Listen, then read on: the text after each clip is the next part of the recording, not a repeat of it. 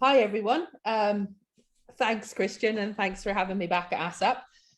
I did a talk a few months ago on the moving coffins of Barbados, and obviously Christian and ASSAP have forgiven me enough to let me come back and do another one, which I'm really excited about. I've also written one about ghostly flyers in the sky, and I'm hoping to come back and do that at some point, but let's just see how this one goes in the meantime. So yeah, I currently live in Northampton in the UK, but I originally come from a small town called Belmullet in County Mayo on the far northwest coast of the Irish Republic.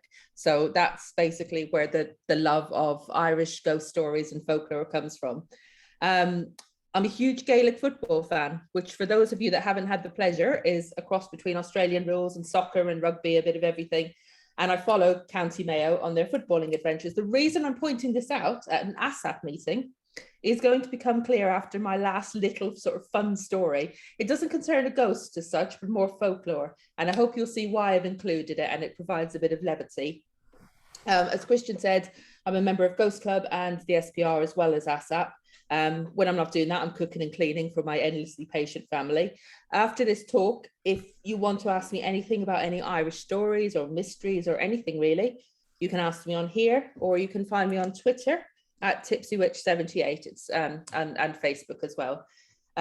So yeah, I hope you enjoy it. Right, so let me move on to my first screen. Okay, so I've decided that it would be impossible to get into any sort of depth about all the facets of Irish ghost lore in this one talk.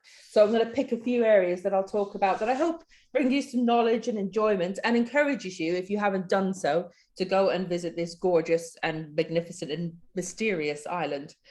We'll hear about some of the contributions of famous Irish writers to the Irish ghost story genre, talk about some of its famous characters, and take a short trip around Ireland geographically and meet its friendly local pukas, which is the Irish word for ghost. But we're starting tonight with a well-known legend of Ireland, the Banshee. So most of you will be familiar with the Banshee trope. A haggard old woman wails and moans to herald the death of an imminent person or a member of an important family. But not everyone will hear the Banshee.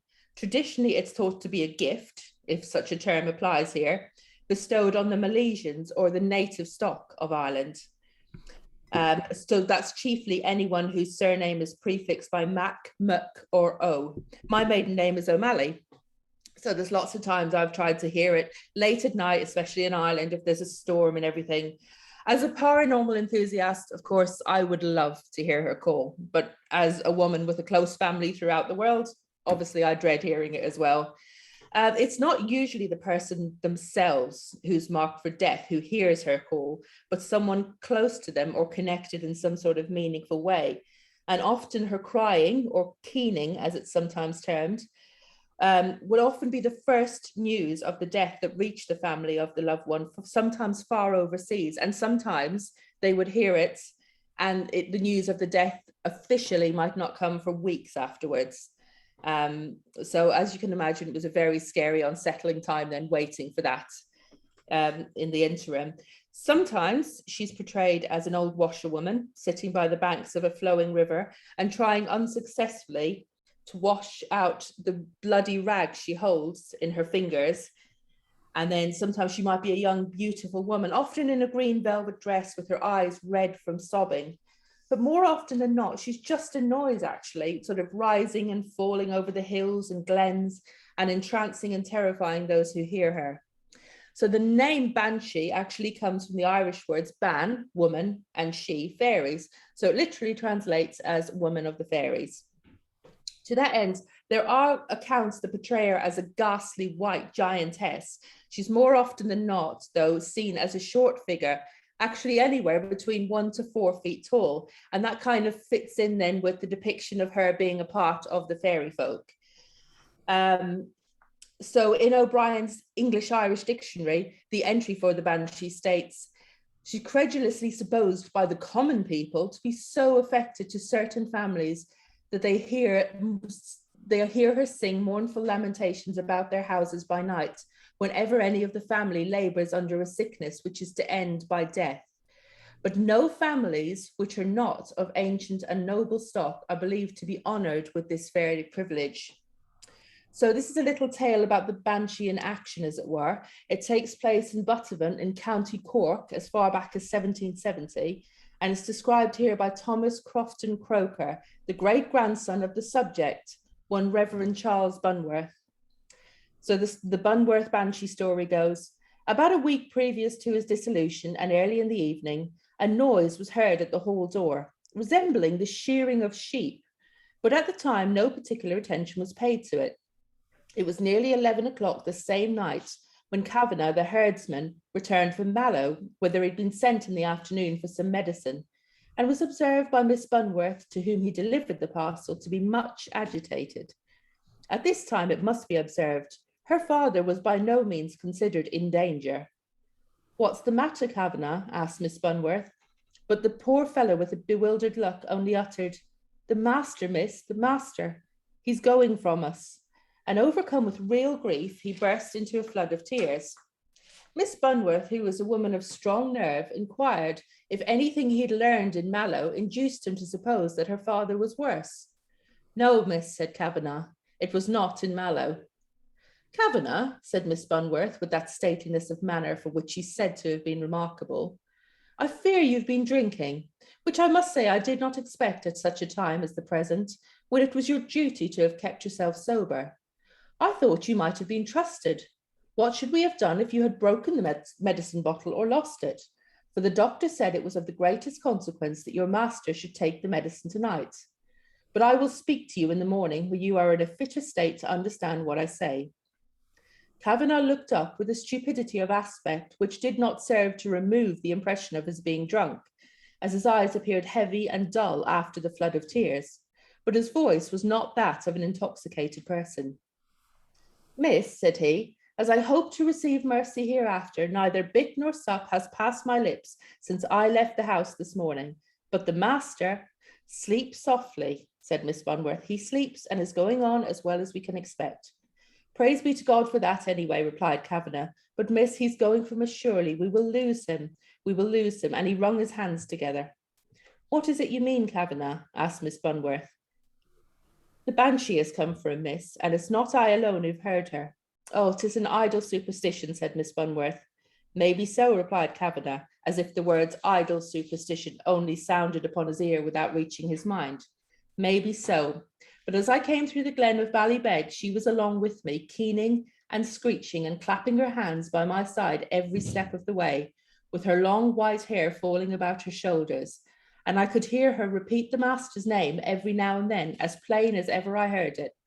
When I came to the old abbey, she parted from me there and turned into the pigeon field next to the burying ground, and folded her cloak around her. Down she sat under the tree that was struck by lightning, and began keening so bitterly it went through one's heart to hear it. Kavanagh, said Miss Butterworth, who had, however, listened attentively to this remarkable relation, my father is, I believe, better, and I hope himself will soon be up and able to convince you that this is all but your own fancy. Nevertheless, I charge you not to mention what you've told me, for there's no occasion to frighten your fellow servants with the story. Mr. Bunworth gradually declined, but nothing particular occurred until the night previous to his death. Both his daughters, exhausted with continuous attendance and watching, were prevailed upon to seek some repose, and an elderly lady, a near relative and friend of the family, remained by the bedside of their father. The old gentleman then lay in the parlour, where he had been in the morning removed at his own request, fancying the change would afford him relief, and the head of his bed was placed close to the window. In a room adjoining sat some male friends, and as usual, on like occasions of illness, in the kitchen many of the followers of the family had assembled. The night was serene and moonlit. The sick man slept, and nothing broke the stillness of their melancholy watch, when the little party in the room adjoining the parlour, the door of which stood open, was suddenly roused by a sound at the window near the bed. A rose tree grew outside the window so close as to touch the glass. This was forced aside with some noise, and a low moaning was heard, accompanied by a clapping of hands, as of a female in deep affliction. It seemed as if the sound proceeded from a person holding her mouth close to the window. The lady who sat beside the bedside of Mr. Bunworth went into the adjoining room and inquired of the gentleman there if they'd heard the banshee. Skeptical of supernatural appearances, two of them rose hastily and went out to discover the cause of these sounds, which they had also distinctly heard. They walked all around the house, examining every spot of ground, particularly near the window from whence the voice had proceeded. The bed of earth in which the rose tree was planted had recently been dug, and the print of a footstep, if the tree had been forced aside by mortal hand, would have inevitably remained. But they could perceive no such impression, and unbroken stillness reigned without. Hoping to dispel the mystery, they continued their search anxiously along the road, from the straightness of which and the lightness of the night they were enabled to see some distance all around them. But all was silent and deserted, and they returned surprised and disappointed. How much more then were they astonished at learning that the whole time of their absence, those who remained within the house had heard the moaning and clapping of hands even louder and more distinct than before. And no sooner was the door of the room closed on them, they again heard the same mournful sounds. Every succeeding hour, the sick man became worse, and as the first glimpse of morning appeared, Mr. Bunworth expired. So that is quite a long story, actually longer than I expected and longer than I remembered. But as you can see, it does point out the relationship that people in Ireland have with the banshee and how much some believe in it and some completely dismiss it. There's one other creature I want to talk about kind of along the same lines as the banshee before we move on, and that's the Lenancy, kind of the same sort of name. She's a beautiful woman of the fairies, and she takes a human lover, but the one that she selects will not live long afterwards. But for the rest of their short lives, their lives will be highly inspired and touched with the magic and the beauty of the fairy folk. She's almost invariably female, and she uses her womanly wiles to entrap the helpless males. But there's been at least one recorded account of a woman succumbing to a male fairy being. The famous Irish writer W.B. Yeats has written about the Lenancy and her love affair with a mortal artist for whom the passionate romance culminates into a spiral into madness and eventual death. But given Yeats' propensity to bestow the creature with a vampiric side, it could actually be quite the way to go, couldn't it, gents? So Yeats writes, the Lenancy, or fairy mistress, seeks the love of mortals. If they refuse, she must be their slave. If they consent, they are hers, and can only escape by finding another to take their place. The fairy lives on in their life, and they waste away. Death is no escape from her. She's the Gaelic muse, for she gives inspiration to those she persecutes. The Gaelic poets die young, for she's restless and won't let them remain long on earth, this malignant phantom. And I also, it's also definitely worth mentioning W.B. Yeats in this or any talk about Irish ghosts and mythology, because as well as being one of Ireland's and indeed the world's foremost romantic poets, he was a man that was absolutely suffused with spiritualism. And he was an avid collector and enjoyer of ghost stories from a very young age. He frequently wrote about fairies and ghosts that he steadfastly believed inhabited the world beyond the veil. Yeats, if I just move on my screen. Yeats was an early member of the Ghost Club, and he joined its ranks in 1911, shortly after giving a speech as a guest to the organisation about fairy beliefs, which he said was simple spiritism happening in the fields and not around a seance table. Writers such as Charles Dickens, Siegfried Sassoon, and Aldous Huxley have also been numbered among the Ghost Club's illustrious members since its inception in 1862. And even though I'm not here to plug the Ghost Club, it does meet once a month, usually in London. We have brilliant guest speakers, convivial social events, and some of the friendliest members this side of ASSAP. So you should definitely join, but I'm not going to say any more about it. Anyway, Yeats had more than his fair share of psychical encounters throughout his life, especially when working in correlation with his wife, Georgie Hyde Lees, who you can see up on the left-hand side there. She was a talented spirit medium, and she led Yeats in his later exploration and extrapolation of spirit communication through automatic writing. And it was through this use of their combined psychical resources, they were able to determine the origin of the entity which had been haunting beautiful Renville house there at the bottom in Connemara during their honeymoon. I mean, that's what they were doing. They were looking for what haunted it. Well, what else would you be doing on your honeymoon?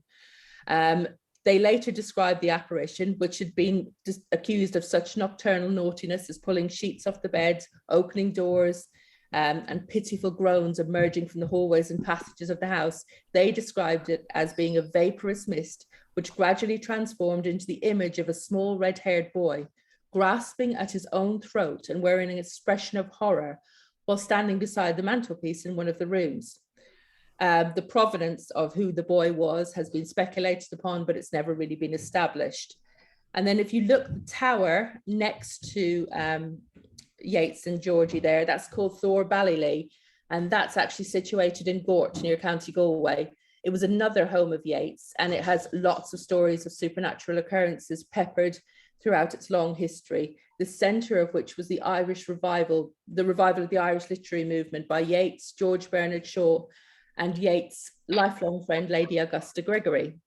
Yeats firmly believed that the tower, Thor Ballylee, was haunted by the ghost of an Anglo-Norman soldier floating up and down the stairway of the tower. The tower was reopened in 1965 on the centenary of Yeats' birth and holds lots of important items from throughout Yeats' life. In 1989, an English visitor called David Blinkthorne captured what is perhaps one of the most compelling ghost photos of recent times, the photo of the so-called Blinkthorne ghost, which has continuously been proven to have been untampered with and has not been edited. The boy captured in the picture was definitely not present at the time and has since been touted as perhaps being the son of Yeats himself. So see what you think. This is the Blinkthorne ghost. So that was taken by a man on his own in the room at the time. I know that there are like other internet sources which give more of an explanation of he was on his own and everything and his family was out. But yeah, not too much is known of it. But obviously people do go on to speculate that it could have been Yeats's son. So Yeats died in 1939 in France.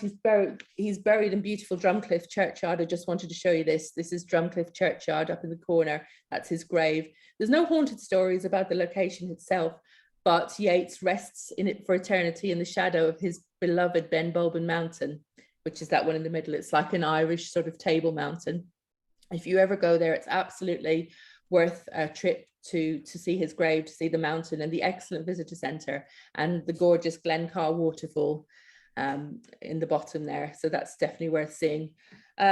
So having spoken a little bit about the haunted places associated with Yeats, and we're going to move on now to some other castles, dwelling places and homes of this beautiful island.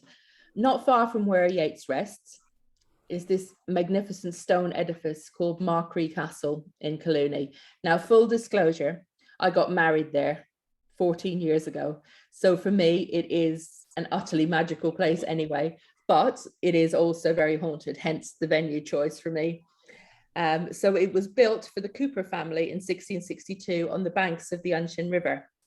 It has 31 guest rooms, magnificent banqueting and beautiful gardens. It was a favourite holiday accommodation for those of you who like Johnny Cash. He'd often come over to Ireland to record, and that's where he would stay whenever he came over. It also has one of the most sort of frightening types of the ghost tropes for me, a little girl ghost. I was informed by a very knowledgeable young waiter on our last trip a few weeks ago. She's known as Pippa. When the castle was having some renovations done in the latter part of the 19th century, workmen were astonished to see a little girl playing among the stairwells and the crenellations of the castle and wondering who would have thought a castle that was in the middle of reconstruction was a suitable venue to bring their child to. The boss asked the workers whose daughter she was. And even though she had been seen and heard by the other workers, nobody knew who she was. So later on, when the renovations were nearing completion, a painting was hung at the top of the staircase. This is the painting that was hung, and every workman who had encountered her agreed that down in the corner, standing beside her father, was the little girl they had seen playing in the castle while they worked. So that sort of gives you a bit of a shiver. So moving down a little bit, down the west coast to the far south coast of Ireland, County Cork. Now, County Cork is one of the most beautiful and haunted places in the country, and it does definitely have it more than its fair share of ghosts. So the port of Cove in County Cork was the last land stop of the ill-fated Titanic voyage in 1912. And our friend the Banshee was heard by numerous people before the assassination of the Irish Republican hero, Michael Collins, down here to the left, in 1921. A lot of people, both in America and Ireland, claimed to have heard the Banshee in the weeks leading up to his assassination. And there is a prison called Spike Island sitting off the coast, and that holds the restless spirits of many unlucky prisoners who, it said, still wander its damp halls and cells. And then finally, bottom right here on my screen is Charles Fort.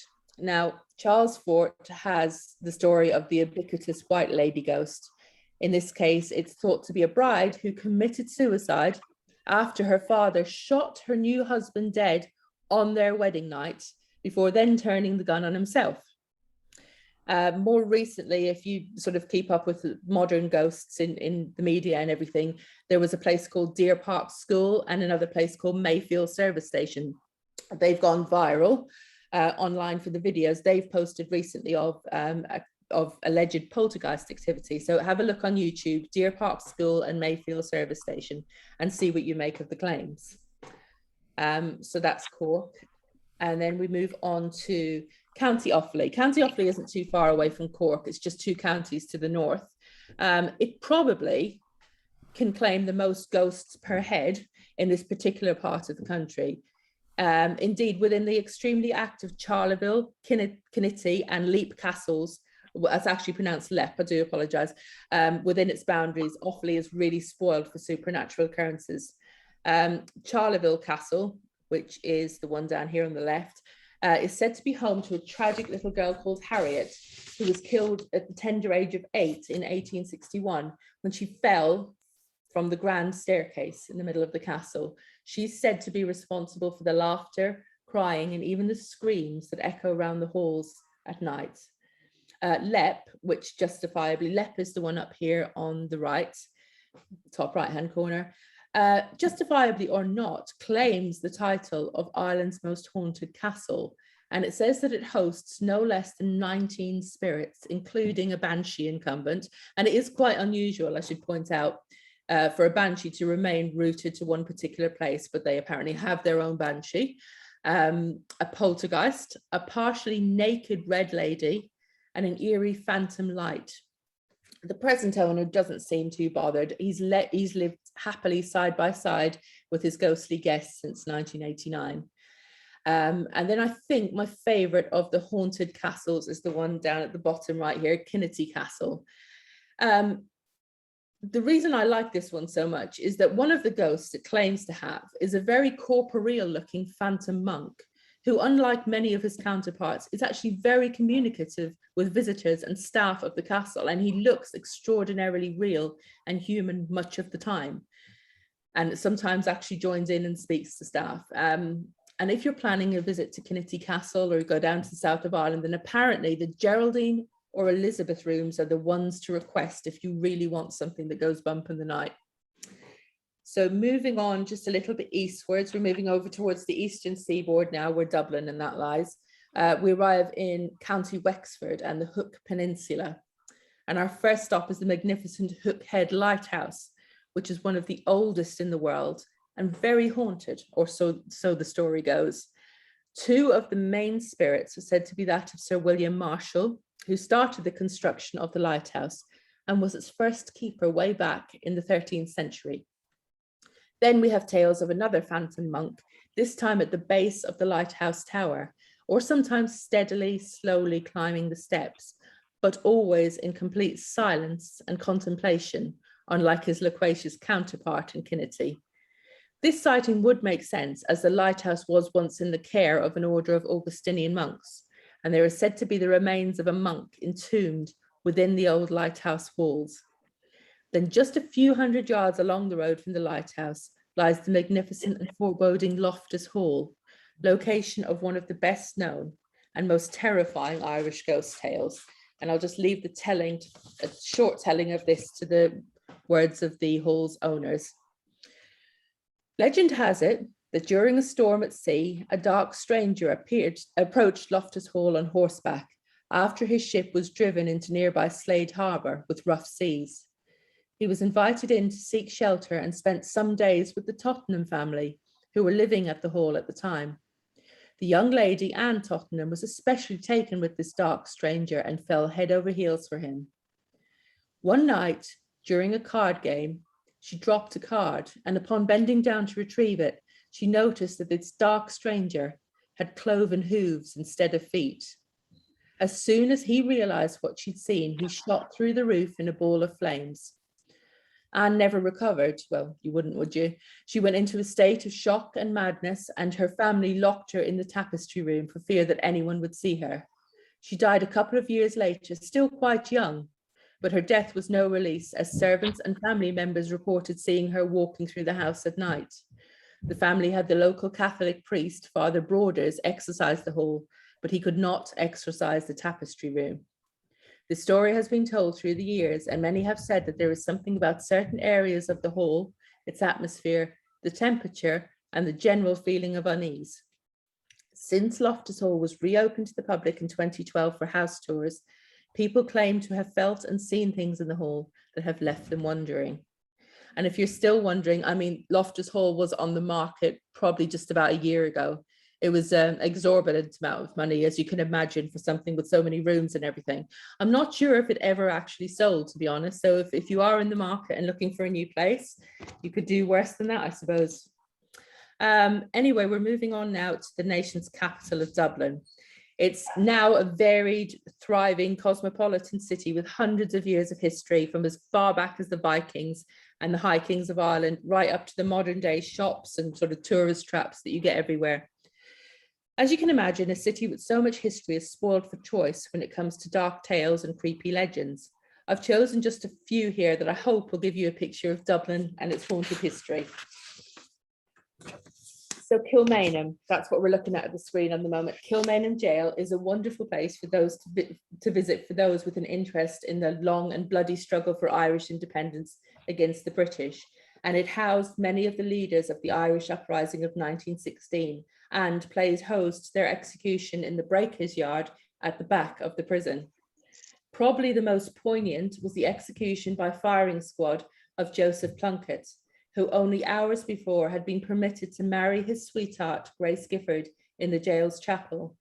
Unsurprisingly, then, there's said to be a plethora of paranormal activity that is experienced within the environs of the jail, ranging from lights turning themselves on and off, ghostly footsteps, anguished wails, and the feeling of a very unpleasant entity in the upper balcony that you can see inside there. It does tend to be used actually for a lot of filming and TV programs, so more than likely you will have seen it on at least one show you've watched.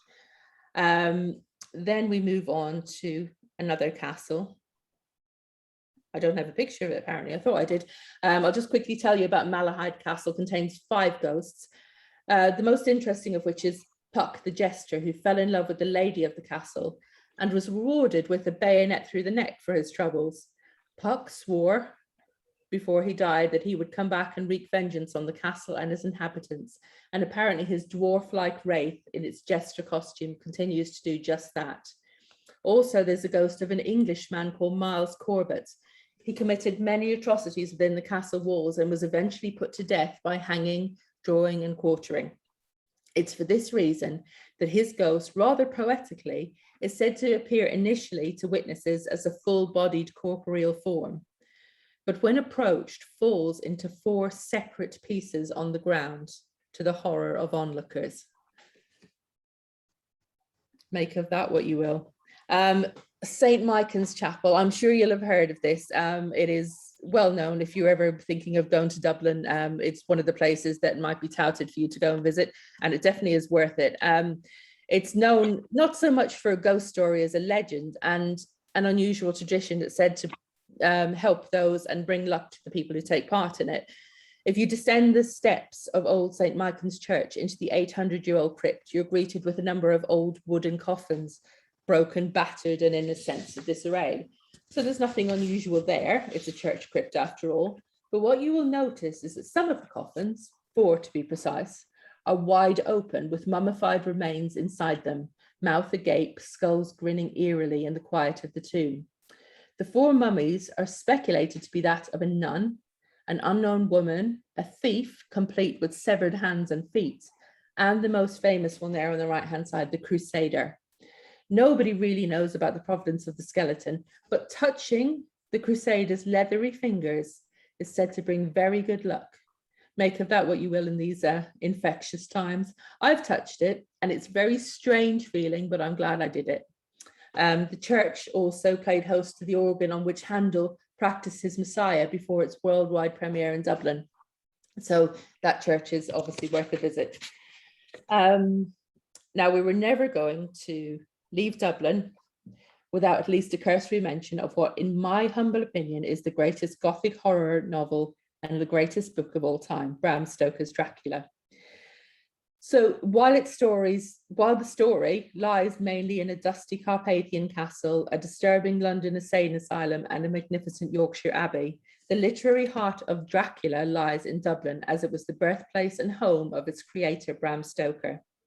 Stoker conceived the concept of an undead Transylvanian nobleman who seeks out and uses the blood of the living to sustain his evil and feral existence from his own sickbed in Dublin, having never visited Romania or Transylvania, but having met with noblemen from that part of the world, as well as reading incessantly, visiting Whitby and St. Mikan's with its mummified inhabitants.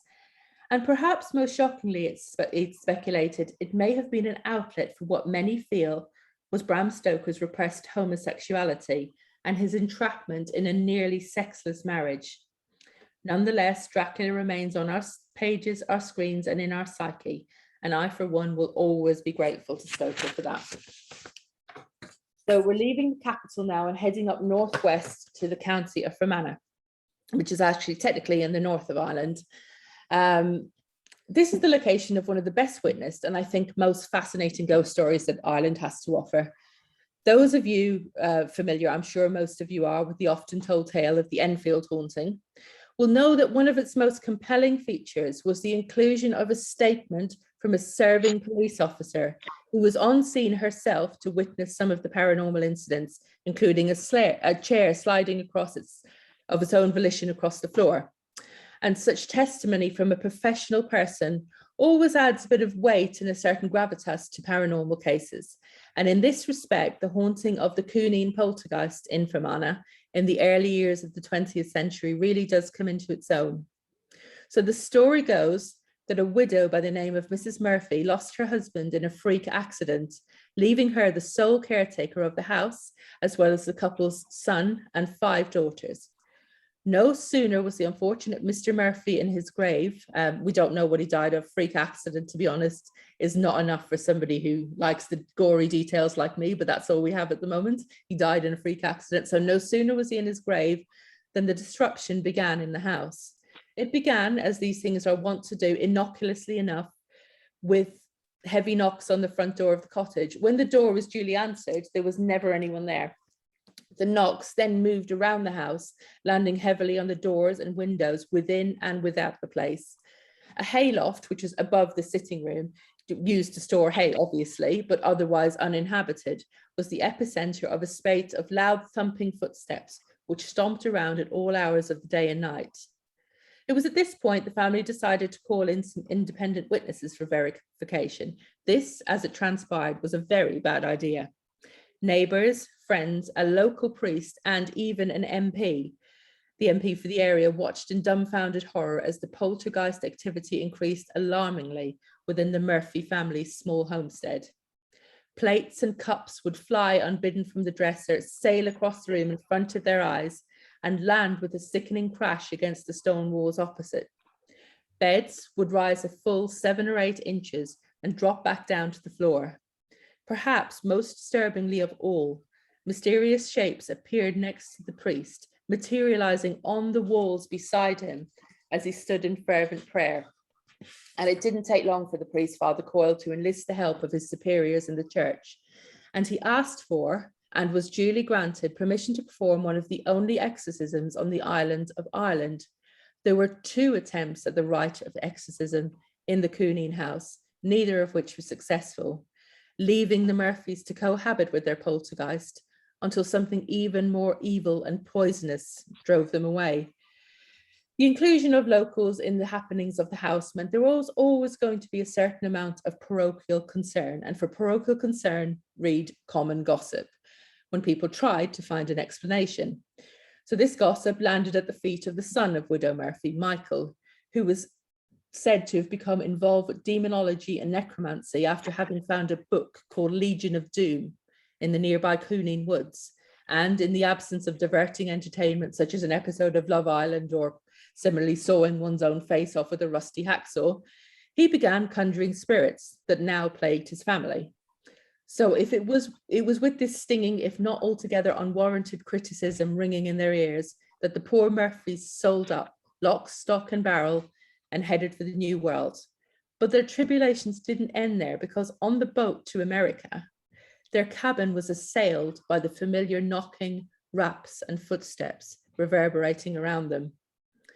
Other passengers, unsurprisingly, began to complain, and the captain, not one given over to superstition and probably on a tight schedule, threatened to put the Murphy family off the boat if there was no cessation to the disruptions. They eventually did make it to America, but sadly the experience had been too overwhelming for one of the daughters of the family, and she lived out the rest of her years in a psychiatric institution in the United States. The Kunin house, or what remains of it, was for sale recently, as well as Loftus Hall. There's a bit of a theme here. And if any of my family had agreed with my vision for the place, we might be there now. Perhaps, thankfully, in hindsight, I'm still here and not divorced on the grounds of constant and unreasonable demands to live in a haunted house. Just before I finish, and I'm sorry I've gone on for so long, I did say I had a little story about the Mayo Gaelic football team. And I'm just going to crave your indulgence for a couple more minutes, if I can. So, on a cold September night in 1951, a flatbed truck carrying 15 members of the Mayo Gaelic football team, who had just beaten County Meath in the All-Ireland final, together carrying the winner's spoils, the much coveted Sam Maguire trophy, arrived in the small Mayo town of Foxford. The journey so far in the back of the truck had been noisy and jubilant, as could be expected after winning. But now the team were back on their own turf, and the party was only expected to get much bigger. Foxford was the first natural stopping place on their way back through County Mayo, throughout whose small towns and parishes the team could expect an ecstatic welcome, with bonfires burning in the fields, torches raised along the route of the convoy, and beer glasses passed up into the thirsty hands on the truck. But Foxford was quiet, very quiet.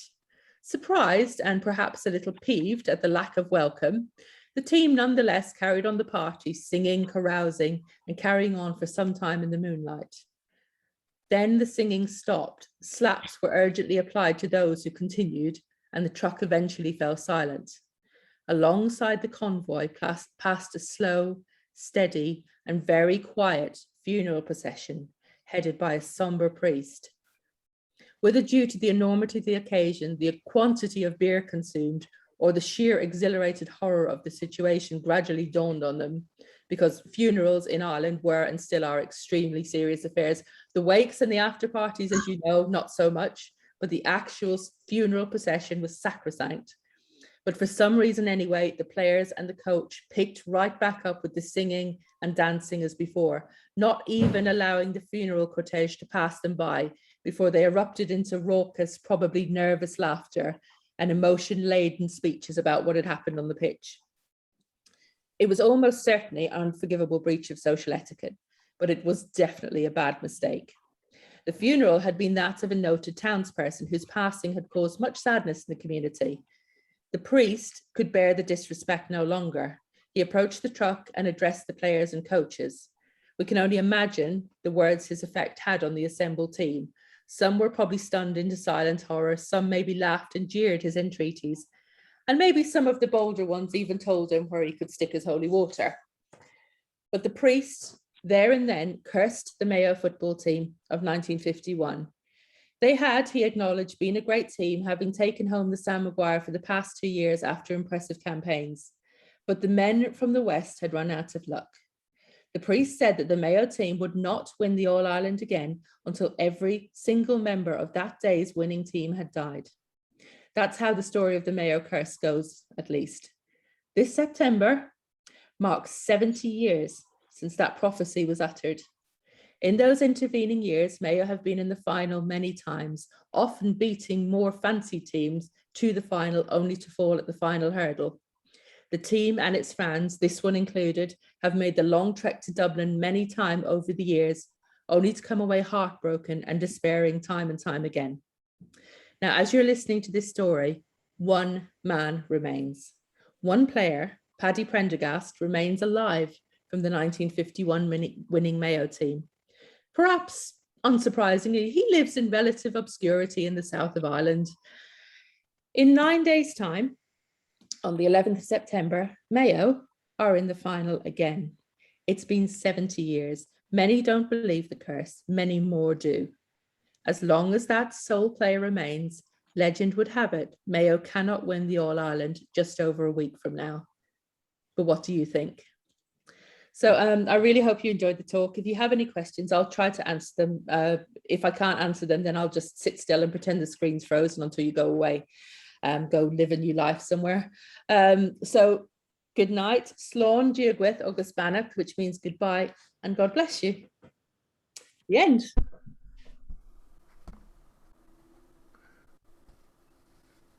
Good evening. Thank you, Claire. Turn your camera back on. Okay, hang on. Yeah, there it is. Hi. Good evening, everybody. Thank you. Right, okay, because there's only me to host tonight, I will be handling the questions. So, if you've got questions, do you all know how the chat works? Pop down, and lots of people saying excellent talk, many thanks. Oh, let me stop the recording now.